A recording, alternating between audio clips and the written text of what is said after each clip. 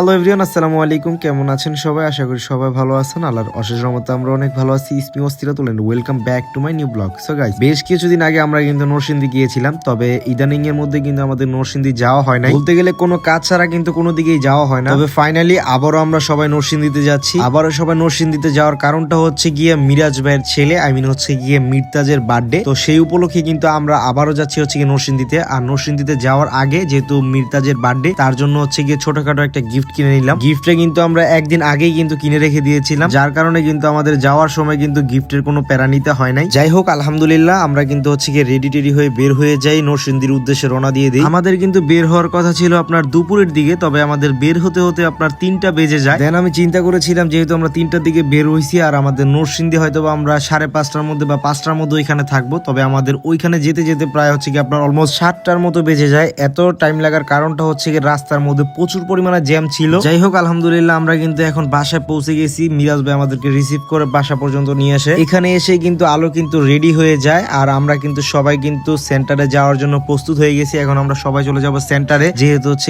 Birthday অনুষ্ঠানটা সেন্টারেই করতেছে। আলোকে আজকে কেমন লাগতেছে সবাই অবশ্যই কমেন্ট করে জানাবেন। মাশাআল্লাহ, আমার বউটাকে কিন্তু খুবই সুন্দর লাগতেছে, সবাই মাশাআল্লাহ বলবেন। সবাইকে রেখে এইদিকে কিন্তু মির্তা যারা হচ্ছে গিয়ে আলো কিন্তু তারা একা একা হেঁটে হেঁটে বের হয়ে গেল। খুবই ভালো লাগতেছে, সবার সাথে আবারও দেখা হয়ে গেল অনেকদিন পরে। শেষ দেখা হয়েছিল আপনার মিরাজ ভাইয়ের শালির বিয়েতে, আবারও হচ্ছে গিয়ে আমরা সবাই একসাথে হলাম। সেন্টারে আসার পর দেখি যারা গেস্টরা ছিল সবাই কিন্তু এক এক করে আসতেছিল, আর এইদিকে যে বার্থডের যে থিমটা ছিল তারা কিন্তু এখনো পর্যন্ত রেডি করে নাই। তারপরে দেখি তারা কাজ টাজ করতেছিল। আমরা এখানে আসি আপনার 8টার দিকে। আজকে কিন্তু আমাদের আপা রেশমি আপা কিন্তু খুবই খুশি, কারণ তার ছেলের আজকে 2 বছর পূর্ণ হলো ফাইনালি। আসলে সময় কিভাবে চলে যায় তা আমরা বলতেও পারি না। দেখতে দেখতে মির্তাজের 2 বছর পূর্ণ হয়ে গেল। এইভাবেই দেখতে দেখতে হয়তো বা মির্তাজের আবার বিয়ের বয়স হয়ে যাবে। আজকে আমরা আসছি মির্তাজের বার্থডে অনুষ্ঠানে, হয়তো বাবার সামনে আমরা আসবো মির্তাজের বিয়েতে। তারপরে এইদিকে আমরা যারা কাপড়রা ছিলাম সবাই দাঁড়ায় দৌড়ায় একটু মনে করেন যে পোস্ট টোস্ট নিয়ে সবাই একটু ভিডিও টিডিও করলাম। তারপর মাইয়া করে সরাই দিয়ে হ্যাঁ আমরা যারা বেডারা ছিলাম বেডারা একটু পোস্ট টোস্ট নিয়ে একটু নাচানাচি করতেছিলাম একটু ট্রেন্ডিং সাউন্ডে। এতক্ষণ লাগায় তো আপনাকে